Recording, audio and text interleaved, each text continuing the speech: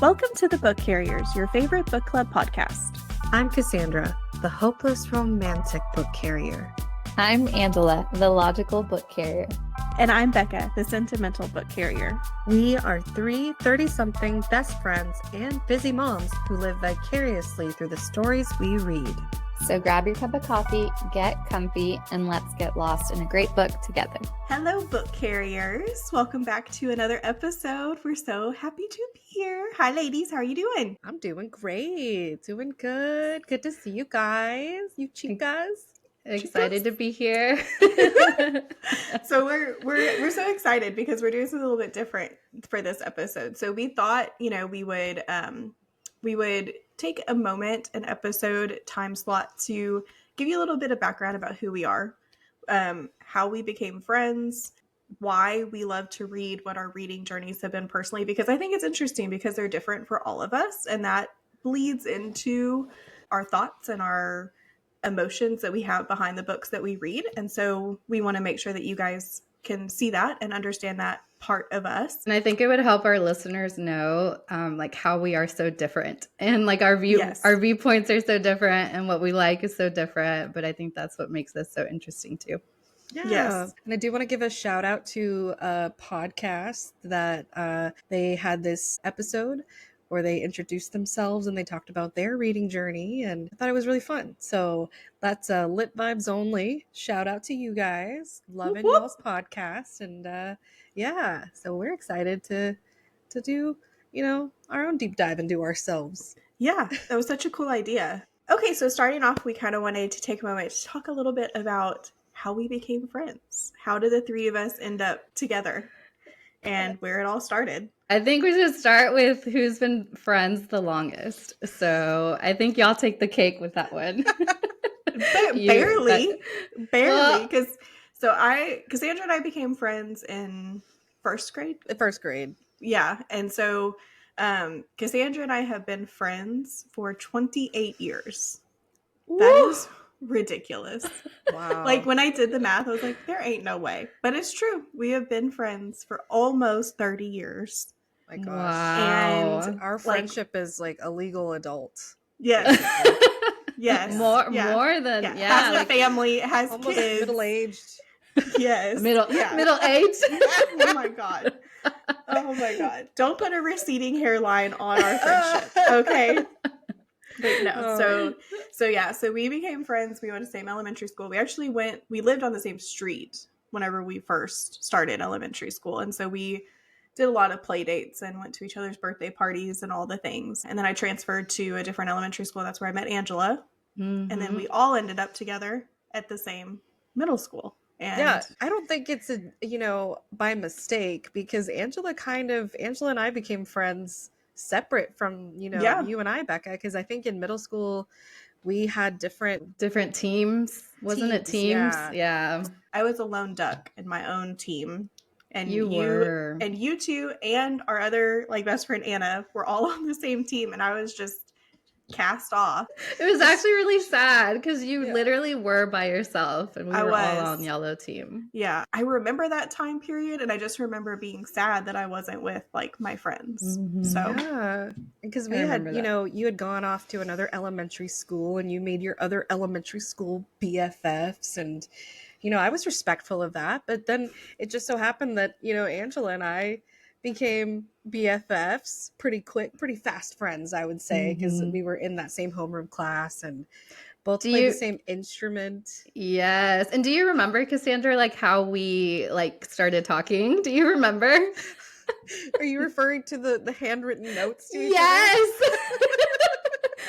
That's a core memory of mine. You sat in front of me of homeroom, and I was a super shy kid. I am a super shy person and socially awkward, and I didn't really reach out to people or talk to people. But you were so sweet and so kind to both of you were. But Cassandra, I just remember this: you were sitting in front of me, and you half turned back to me, and I could only see your big eyes just kind of looking at me, and you slowly slid this handwritten note to me of are you gonna accept this? Are you gonna accept this? I just Yeah. remember that's like a core memory of mine. Yeah, Oh because my I was gosh. equally as like shy and scared. I was like, is this gonna work? You know, because we had all the same, like, you know, we were in the same homeroom. We both play the same instrument. Say hi every now and then, but come on, let's make this a fish. Let me send her a note. It's a fish. I love it. I love it. And Yeah. and I feel like that's such like a testament to, because Angela, you are like a hard nut to crack. Like Yeah. that's one of the things that I know, like whenever I met you in 5th grade and then we were in the same homeroom or same class in 6th grade. And I think like we sat next to each other and I knew like, you know, we had some similar friends and stuff, but I was like, you were so standoffish to me that I was like, this is a challenge. I'm officially like I will make you love me. Because I think you're misunderstanding who I am as a person. And like, I will force you to like, you know, to accept me as a friend. And you know, so it was a totally different approach than Cassandra. Like Cassandra did it like softly and like, you know, eased you into it. Yes. And, you know, y'all were both kind of like on the shy end and like kind of came together. And I was like a bull in a china cabinet. Like, you will love me. And, you know, and so it's, yeah. And all that work just for y'all to become friends without me the next year. So, you know, sucks. Aw, but it was great yeah. though, because it ended up working out where we were like, hey, we all know each other in different, you know, ways. Let's just make this a thing. And it was so cool for me because like I had my friends that I had at the first elementary school, my friends I had at the second one, and I just kind of was like, when we got into middle school, it was, you know, a lot of friendships happen organically on their own, and some of them, like, you know, I kind of helped, like, hey, you know, like you should come hang out with us here. And it was like we just formed this group. You know, we have a really core group of friends that have gone from literal middle school to now adulthood. Still see each other regularly, go to all the baby showers and the wedding showers and the I convinced 2 of them to move out and they live in my neighborhood. I mean, like, seriously, it's a beautiful, wonderful thing. And I think something that we have to shout out that maybe is a reason of why we're such good friends too is because of band. Like I know we mentioned in a previous episode, like we were all band nerds, but being in band throughout all of middle school, high school, like it forced you, it's like forced close proximity to spend time together. But it was such a great experience because in band you have so many highs and lows and experiences, and you know, everything that you do is like working together with your bandmates, but you go through all the same experiences and every Friday night together. You guys remember those so it was every Friday nights, then it would be like IHOP after the game. Yes. And then the next day, Saturdays, you would have like a competition. Like we spent so much time together. Yes. Shout out to my mom. Speak for driving us around, lugging us around, calling her at midnight, be like, okay, we're done eating, come pick us up, take us back to the house, everybody spend the night at my house, and then pack up and go to competition the next day. I mean, it was literally like we lived together during dance season. And then also our sleepovers. I feel like just our sleepovers also is like a huge core memory. Oh my just God. like so, like Cassandra, I remember when you first got the iPhone, like when it first came out. I remember that too. Man, that is a core memory. Tell me about it. Remind me. It had just come out and we were like so like in awe. How do you type on this thing? Like, how do you move the cursor? And we were like, oh my God, yes. We were like, man, you are the it girl. You are the it girl. It was a time. It was a time. And then Becca, you would always go to bed early, and Cassandra and I would stay up, and we would sneak downstairs to get snacks from Becca from your house. Yes, my mom would say she would just hear like the rummaging, like, and she would be like, and you know, the first, you know, couple times she's a little alarmed, and then, you know, after that she would kind of be like, oh, that's just the girls like getting sex. But y'all thought y'all were being so sneaky, you know, y'all would be like laughing under your breath and trying to be quiet. And my mom knew like the whole time like what you were doing. But yeah, no, it was, I know. And yeah, I would always go to bed early. I'm like, why are y'all even here? Like, I'm going to bed, like, you know. But no, it was the best times of our lives, I think, and it's only gotten better I mean, now we've, we went from that to, Angela and I both went to the same college, and, only one of us graduated though, which is not me. So shout out to Angela for graduating college and pushing through. But, so we both went to the same college. Cassandra went to a different college. All of our friends, I feel like we all went our separate ways in that way, but it didn't matter like what friends we made in the next phases of our lives. Like, we were still our core. And it's like, oh, these are like my friends I have here, but these are still my best friends. And it's like, that never really went away. And even now we're in our mid 30s and we're still like, no new friends. Yeah. Oh my gosh. And we've been through so many phases of life. So even being moms, and we're all moms together of little ones. And so it's just really sweet to watch, to grow up together, I think. Yes. Yes. Yeah. I think one of the sweetest things that I've heard in the last couple of years, and I don't even know if I've shared this with y'all, but one of my husband's best friends, husband's friend's wife, was at a family thing out of state. And so he came over to one of our friend gatherings. So he came over just by himself. So it was kind of an outsider's perspective into one of our gatherings. And he told me afterwards, he was like, seeing all of y'all together and like all the kids, he was like, that was like a beautiful thing, like to see kind of like y'all's next generation all playing together and all whatever after we've been friends for so long. And so it's just to be able to go through this phase of life together too. At this point, I mean, I'll probably be in a retirement home with y'all before my husband. I mean, at that age, I mean, it's just, I can't see or foresee not having y'all in my life for forever at this point. So special, very special thing. Yes. Yeah. Special bond. We were just supposed to be telling people, we weren't supposed to be getting like, look at me, the sentimental book carrier. Like, you started it, sentimental book carrier. Okay, moving on. Moving on. I will say one other thing. A core memory of mine is on top of band, I also did a lot of theater. And one of the greatest things was having just all of my friends in the audience, of course, Becca and Angela were there, but then, Becca was the one to kind of just round up the rest of them. And your mom even like had shirts made just to be supportive in the audience. Yes. And so, that's such a special thing. You don't get that all the time. Yeah. And so that's just like, it just stuck out to me. And I knew we were set. Yes. Yeah. I remember making those shirts. Man, my mom was so mad at me. I was like, Mom, I have an idea.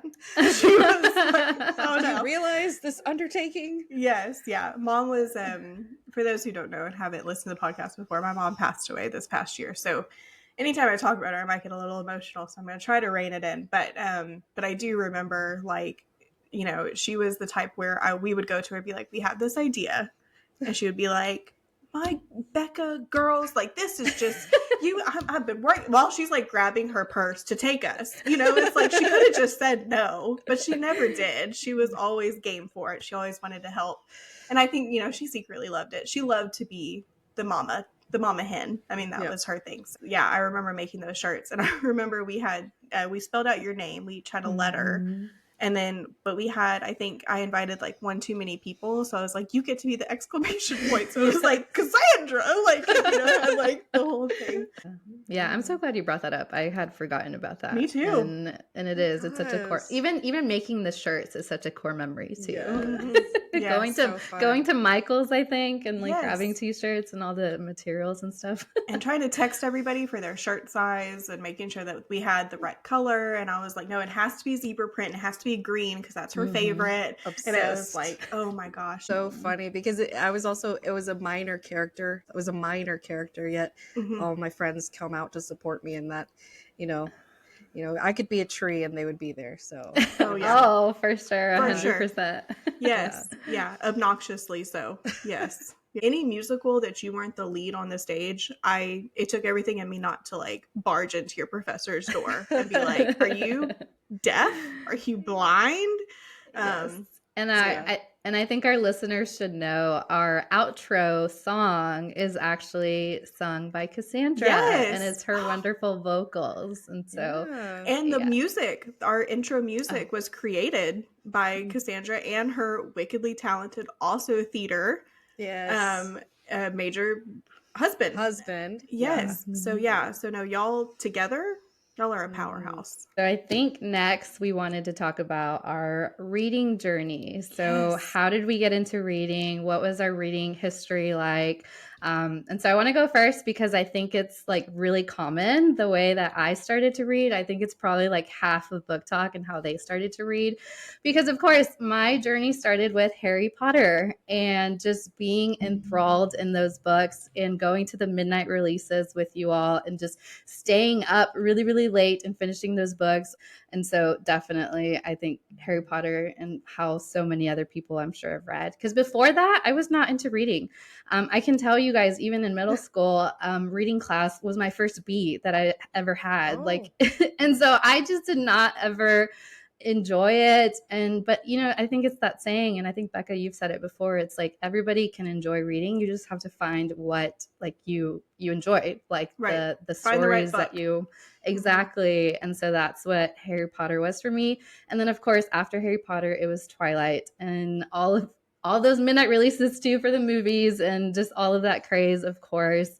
And then I went on a hiatus. I did not read whatsoever. Maybe it was college. Maybe it was like being a young adult, maybe being out, and just having fun and enjoying young adulthood, but definitely a hiatus. And then Becca, I'm pretty sure it was you, Becca, like getting me back into reading.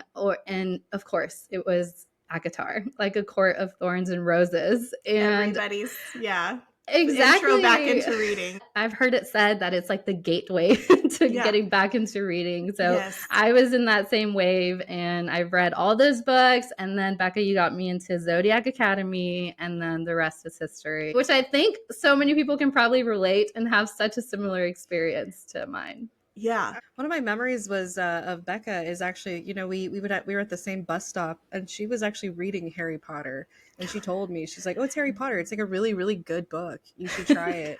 And I was like, sounds like I'm like offering you drugs. I'm like, "That's really good. You should try it." yeah. So I mean, yeah, so of course you guys know I haven't finished the Harry Potter series and stuff, but yeah, I will say my journey is pretty similar. Harry Potter, Twilight, very much anything book to movie, movie to book. Mm-hmm. That's kind of my thing. I will say that, y'all, my mom would take us to the library often. Mm-hmm. And I think that's where I started reading Meg Cabot. Yes. The Shadowland Mediator series. The Mediator series. Do you guys remember that series? Yes. That was it for me. That's what Memory I remember. unlocked. Yes. To me, that was what started it all for me. And that, if anything like that's obviously there's a trend. It's fantasy, very fast paced. If it's not fast paced, if it's too much, exposition, it's kind of hard for me. I have to stop. I stop often and I'm very slow paced. So I wouldn't consider myself the strongest reader. I'm like, I'll read anything once. Yeah. I may not like it, but I'll read anything once. But yeah, the strong female character in the Mediator series, she kind of, I don't know, YA, that was it. That was my jam. So oh gosh, that was a good series. Such a good series. Yes. Originally I was like, Meg Cabot, she did Princess Diaries. Let me try Princess Diaries. Movie book pipeline. Yes. And that book was that was okay. It didn't hit like the movie did, so I was like, let me try this book, Mediator, and sucked in immediately. Yeah. Oh, Meg Cabot was easily one of my top authors that I read, like at that age, high school. And I wouldn't say that you're not a strong reader, Cassandra, because I remember one of my all-time favorite books, and this is so cliche, and people are going to roll their eyes when I say this, but it's Pride and Prejudice. I think that was one of like the first like classics that I ever read, and it made me realize, I think, my love of not just like fast-paced fiction, but also like beautiful literature. And I think that there's a time and a place for me to read that. I have to be in a different headspace to really like get into it. But I love the film adaptation of it, the 2005, specifically Keira Knightley. Don't fight me on it. That's the best one out there. But Cassandra, I remember I was talking to you about it one time and you read it. Yeah, I was gonna And say that's you the thing loved I'm it. most proud of. Yeah, I love. Yeah. Oh my gosh, y'all, the drama of Pride and Yes. Prejudice. It's so good. It's so it's good. so good. And so yeah, so I wouldn't say you're not. I don't think a not strong reader wouldn't enjoy that. So I don't think it's the same thing. It's like everybody can enjoy reading as long as they find their right book. And I think that qualifies for classic literature too. I think everybody can probably find a classic that they would enjoy. And so I wouldn't say that. I think that you just have a specific speed like of drama that you need to happen to keep your interest. And that's not uncommon. That's most people. So And yeah, Pride so and I wouldn't say Prejudice, that about you. the drama, there's just so much So good. drama. Mr. Yes. Darcy is top tier. Oh my gosh, you guys. My Again, book boyfriends are man, changing. I have such a specific type. It's like, it's ridiculous. So anyway, we'll get there. But Yeah. I have not read that. I need You to put it on my should. TBR. Yeah. You You really should. It's an Yeah. experience. It is. And a half. Yes. Okay, Yeah. I'll put it on the TBR. Yeah. Becca, Yes, what about your you? reading journey. I was thinking about this and I was like, I don't really remember having like a journey. I think I just always read. I don't remember not reading. Well, how did you get into reading? Like, I think my mom was a big time reader. My mom and my grandma were both, and they would swap books with each other. So I grew up watching and hearing like, oh, have you read this? Oh, have you read this? And giving suggestions and going to the bookstore together. Half Price Bookstore. My family was the family that went to Borders and Half Price Bookstore on a Friday night. That's what we did. And I would pick a series. I would go to the kids section at Borders and I would find a series, a little chapter book whenever I was that age, and progressively moved up. And, and that's what I would read it that week and then go back the next week and get the next one. I mean, that was what we did. And my dad was in school when I was younger. And so we spent a lot of time at the library and I was checking out books constantly. So I don't really remember a time where I wasn't. I think I just grew up with both my parents enjoying to read. My mom more fiction, where my dad liked nonfiction, and he was like big time like Bible reader and studier, and so he read the Bible a lot and read like different devotionals and things like that. And so I just grew up seeing it. I read a lot with my friend Katie also. She lived across the street from me. We grew up together also, and she was a big time reader and we swapped books constantly. I think it was just what I surrounded myself with more often than not. And like we didn't have cable, we didn't have anything like that whenever I was growing up, so it was like you either read or you watched PBS. And I was not an Arthur girl. I was like, this is boring, I'm gonna go like so yeah, you're talking to an Arthur girl, so I know. Careful there. Same. No. But I get it. If you're reading, I get it. Yeah. So I just always like enjoyed, and I love to write. I think that's. I mean, someday I will be a published author. I'm just putting that out into the universe. It's something that is on my dream. I did journalism all through high school and short stories, things like that. That's just my thing. Reading is comfortable for me. That's a comfortable space for me to be in, is to be in a book. And I think as we got older and y'all sharing some of those same interests with me, as we all got closer, like, hey, let's go to the Harry Potter midnight release. Hey, let's go to this. Hey, all that stuff. It's when it became more of a community thing, oh man, that love just grew. And that's one of the things I think is so beautiful about Book Talk and Bookstagram and, YouTube book, all of those platforms, is that sense of community that readers have right now is something that if you were an OG like reader back in the day, you didn't really have beyond just, speaking face to face with somebody. But now, like, man, you can type in anything in that search bar and you just get flooded with videos and people's opinions, people's reactions and comments and likes and this and that. And it's something that really brings people so together. And so I love hearing your journey of starting, like just being surrounded by books and like your family and your parents, because unfortunately my parents weren't that way. Just very like working class immigrant parents, and they didn't have time to read essentially, and just never into reading. And so that's something that I hope to emulate, like for my family and like for my son, is like to instill like the love of reading and just to be able to enjoy literature and to live through literature and like to have that same community. I think it's important, for the for the kids to see, because I think that influences so much about, their journey with reading. And I mean, my son already, he sees me read all the time. So he's like, we have chapter books that we've started, and stuff. And I can't wait for him to start Harry Potter. I'm going to wait till he's probably, 8 or 9 before we start diving into that, which is only like a few years away, which is like, oh my gosh. But yeah, he's like, when can I start Harry Potter, and when can I, this and that. And so, so yeah, and I think it's just because he sees it, and so and I saw a comment one time from someone. It was like a parent sharing, like, "Oh, my son and I are reading Harry Potter together," and so exactly what you're referring and talking to. I think that would be so special to read it alongside, and that's something I hope I get to do one day. I do want to do this one as well, but somebody took a Bible and they bought it for their child, and they went in and they like made notes in the Bible. So like they read through the Bible, like did a read through in a year, and like made notes to give to their child. So they had like the parents' notes in there, which I think is a beautiful idea. And I would love to do that with the Bible as well. But I also had the thought, like, how fun would that be to like annotate like the Harry Potter series, like get him his own book set, and have like my annotations like for him to have as well while he's reading it. Again, that's why I'm the sentimental book carrier, because I'm thinking like, like later, like when I'm gone, like that's something that he can have from me, So I think that brings us to, Becca, why are we the type of book carriers that we are?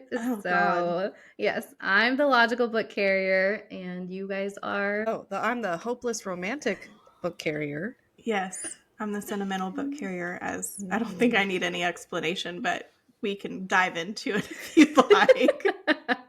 Yeah, because Becca, you shared, so you're the sentimental book carrier, and you gave us like a couple different examples, but I just want to highlight like how you feel so deeply, and I think that's what makes your friendship so special, like to have you. And I honestly, kudos to you of like why our friendship and our friend group has stuck around for as long as it has. And I think it's because you care so deeply and love so deeply and fiercely. And so I think your sentimental book carrier fits you so perfectly. Oh, yes. Thank you. I echo that, because I was like, you better not have a hard time, explaining why you're the sentimental book carrier, Becca. You better not. You're the most sentimental person I know.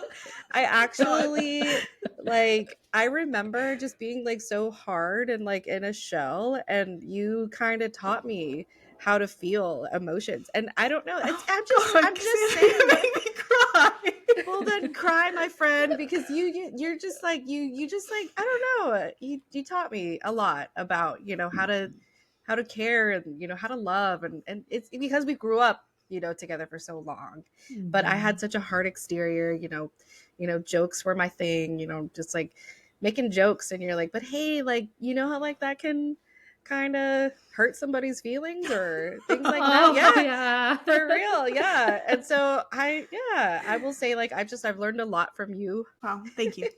I think it's a testament. You. Like, I'm gonna continue to bring it back to her, but it's a testament to my mom. My mom was that way, and I try every day to just be as much like her as I can. So yeah. So somebody else talk, please. So on the other side of the spectrum, like, I'll speak for myself. So, and you guys are going to have to chime in too, because I'll give my kind of thoughts on like why I'm the logical book carrier. But okay, so my understanding of myself is I really like to see, both sides of things. I can understand like completely opposing views, and I'm okay, like I get it on your end, I get it on your end, and I could totally see this gray area in the middle. And I just really enjoy, because that's how I feel life is. Like, there is no black and white. Like, we live in such a gray area, and there's so much nuance to so much. And I think it also does come from my career. So I'm a mental health therapist. And so I'm always like helping people like analyze and process their lives and the way they are and their being. And so it is part of my, I guess, training as a therapist. But yeah, I think overall that's how I see life as well. Like there's so much nuance, and I can understand like different perspectives, and I'm open to different perspectives. And so that's kind of what why I think I'm the logical book carrier. Yes, yeah, that's exactly right. Yeah. Yeah. Yeah. No, and I'll say also not only that, like not only just seeing both sides, but not relenting, and I don't know, and the way that you advocate for both sides. Yes. Because I would say I myself kind of like to have that open mind, that perspective, but I don't know, you don't relent. It's more, it's deeper. It's like you really dive deep into, well, what is that other side? Why? And that's special. Yeah. The why, keep I us, think. you keep us really grounded, I think is the best way to describe why I think you're the logical book carrier, because I feel like I obviously run so high on emotion, and I can get really caught up in the moment on how I feel about something. And you're always the first one to be like, well, let's look at it from like this other side. And it brings me down, and it keeps me from going off the rails more times than you know. That's like her saying she's a therapist. Like, thank God for the free therapy all these years, because we need it. And it has been, you complete us in a way that like you have no idea how important you are in the puzzle. So yeah, it is on the other side of the spectrum, but man, is it, if not more important, like that spectrum, because it's like, because it would just be chaos if it was just all emotion, you know. So it's I do think logical, man, it fits you like to a T. And I think, Cassandra, you just hit the nail on the head. Like, you don't relent, in that like when you feel like you're advocating for somebody, when you're advocating for a thought or your opinion, it's like there's nobody's going to talk you out of you being able to advocate for the side that doesn't have a voice. Like, you're like, okay, like you can try, but I'm going to I'm going to stand firm on what I think and how I feel. And I think that that's where I'm like, I'm so easily swayed. And so I'm like, yeah, you're right. That does sound right. And you're like, no. You know? No, and here's why. Okay. Yes. But here's another reason why. I'm like, oh, I didn't think of that. Yes. So there's good balance amongst us. Yes. Yeah. And I think that that's why you and I sometimes like we are never disrespectful to one another. I think the love that we have for one another is so deep that anytime you hear us squabble on the podcast, everybody should know it's never that deep. Like, we are but because we live on the two ends of the spectrum, sometimes we can, you know, where I'm like running on emotion and I'm running my mouth, and Angela's like, no, like calm down, whatever. No, I would be like, well, Becca, I see what and that would just pisses me off more, because I'm like, yeah. If you ever see that, like that's just our normal. And then Cassandra is just like, well, like, that's what I was gonna bring her in. I'm like, and then we have Cassandra, our wonderful hopeless romantic mediator over here. Yes. I would say I live somewhere in between. Yes. In between, happily. As a hopeless romantic. Happily in the middle. Go for that. Yes. I'm I'm pure positive. I just love it. Always expect and hope for the best. And that's a very new thing. Like, I was gonna say, Becca, that's something like as we've grown up, like I have learned from you. Like, I haven't always been like this, like the hopeless romantic. I don't think so. No. But I definitely like to, now it's like I like to surround myself with that positivity and that positive outlook, you know, and try to always bring it back to the positive, and to the degree of hopeless romantic, like this is going to end happily, even though, as we know, you know, in the books that we've covered so far, it doesn't always happen that way. But I'm still hoping. I know, it's like, but she's still holding out hope that it will. Even if there's no world in which that you know, my bae Liam could exist in Fourth Wing, you know what? In my world, he does. In my world, he does, and I've written it. I've seen it. Yeah. Oh man. Yeah. So, I think we can always count on you for like the vibes and just like bringing so much laughter and, like you said, positivity and just so much comfort. And just even talking about our childhood today and like our upbringing and like growing up together, like it's like your friendship has always been such a light too. And Yes. yeah, so much fun too. Yes. Yeah. I don't think people, I mean, I'm sure that you can gather from listening to the podcast, but Cassandra is one of the funniest people like you'll ever meet in your entire life. And you are just you do bring like such a positive, funny vibe to every outing, every dinner, every conversation that we have. And it is that way because you're there. I mean, that's, there's only so much we can do with each other on these ends of the spectrum, but to like have that like comedic relief, and Yeah. and to have somebody that's like, okay, like let's keep things going, like it's all okay, like we're just vibing, it's all good, and that's if anything, I think you're the most important player in the whole thing. You're the glue. You're the glue that holds us together. Yes, yeah. Because Angela and I would do one episode together. We'd be like, "This is not going to work," because we just like yelled at each other for 45 minutes. We're just all wonderful. I love it. I thought, you know what? Hey, let's give ourselves a pat on the back because we all we complete each other. So I think that brings us to our final point. We wanted to do something fun and to talk about who are our ideal book boyfriends. Who is it that we stay up really late to see at the end of the day? Who do we look forward to reading with at the end of the night? Guys, so who wants to go first? Who wants to share their book boyfriend first?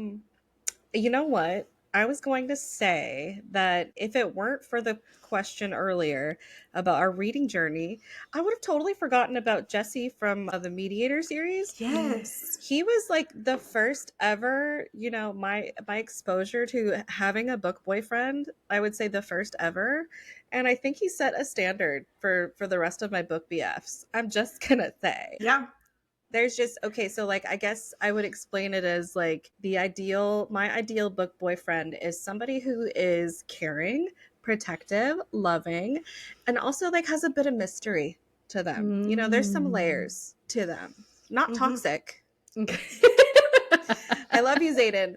But, I just like, I like a guy that's like, will declare that love for you. So I'm thinking like he set that standard pretty high. That's awesome. I have to read these series. I don't know the Mediator series. Honestly, yeah.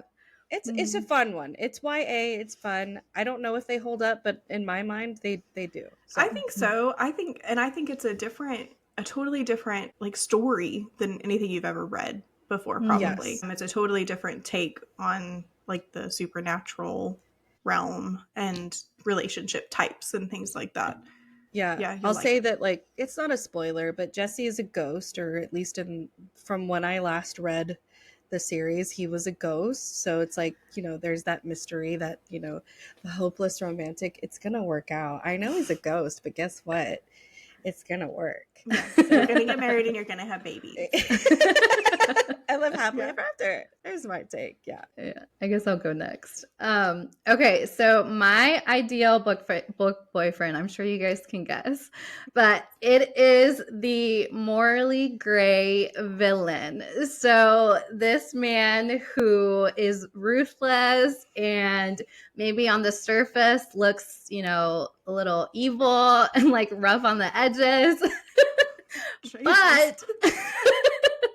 But his intentions are so good. Like once you get to know them more, it's like you realize like, oh, they have this trauma. They had all this happen to them. So really they're acting out of good, semi-good intentions, mostly good intentions, morally great intentions.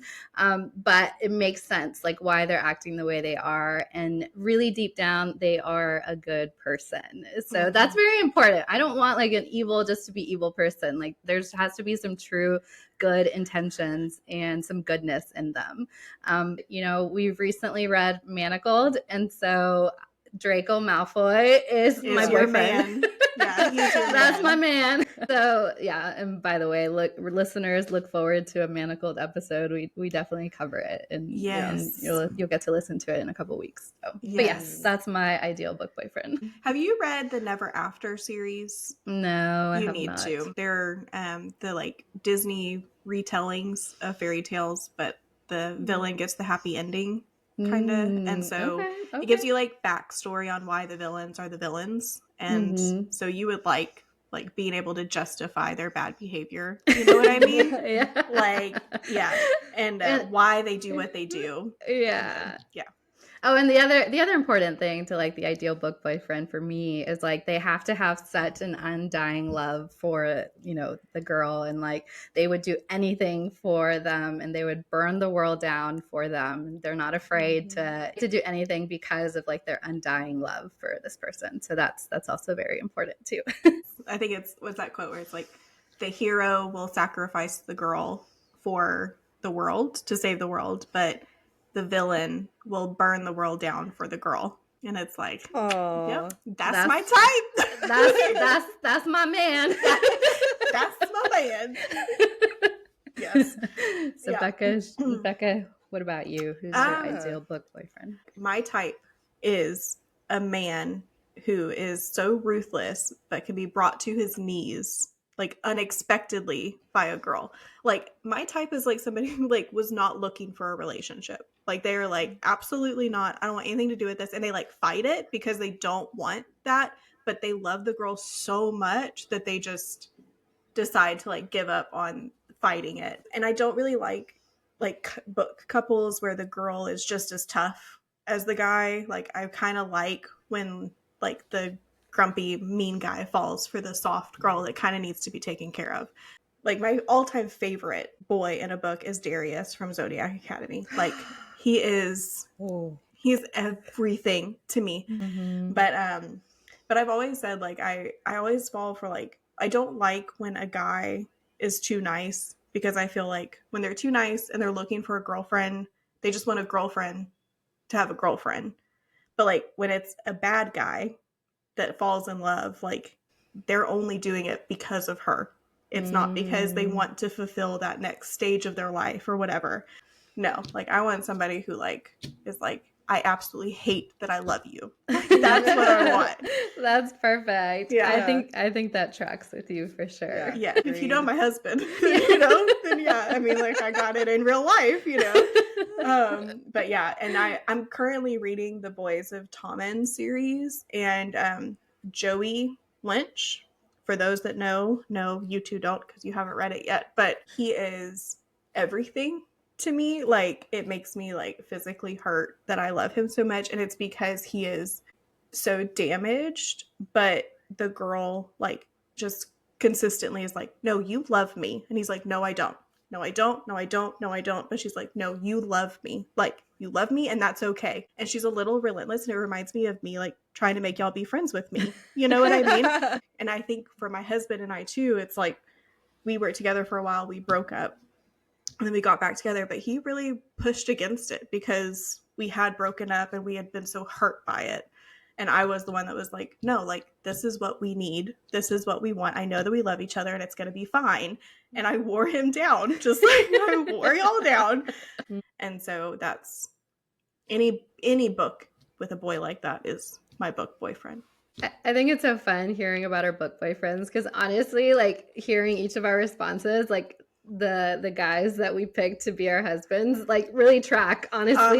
Yeah. I was gonna say, I was like, yes. should I say it? No, you should, because it's so true. It's so true. Yeah, like I like a man who's like, who knows what he wants and just lets you know, and there's no questions. Yes, there's a little mystery, there's a little creativity there. Yeah. Little wittiness, humor, have a good time. Love it. Yes. Yeah, that's my guy. That's my hubby. It definitely tracks for all of us. Yeah. Oh yeah. Yeah. Now that you said it, yeah, I'm like, man, we're not mysterious at all. Yeah. It's so funny. It's funny. I think that wraps up our episode. Do we have any final thoughts, ladies? No, it's been good to kind of get to know our journey as friends, as in our reading journey. It's been really fun to hear all of that. So I had a good time. Yeah. Yeah. Yes. No, this has been great. And I hope that it gives our listeners a little bit of clarity into who we are, why we do what we do. And yeah, this has been so fun. I love to talk about myself. So this has been great. I love to hear about you guys. There you go. Yeah. Well, All thank right, you y'all. guys. And y'all have a wonderful week. And we will see y'all next week. And that's a wrap for today's episode of The Book Carriers. We hope you enjoyed diving into this week's read with us as much as we did. Thank you so much for joining us on this literary adventure. Your support means the world to us. If you loved today's episode, don't forget to follow us on social media for updates, behind-the-scene fun, and more bookish content.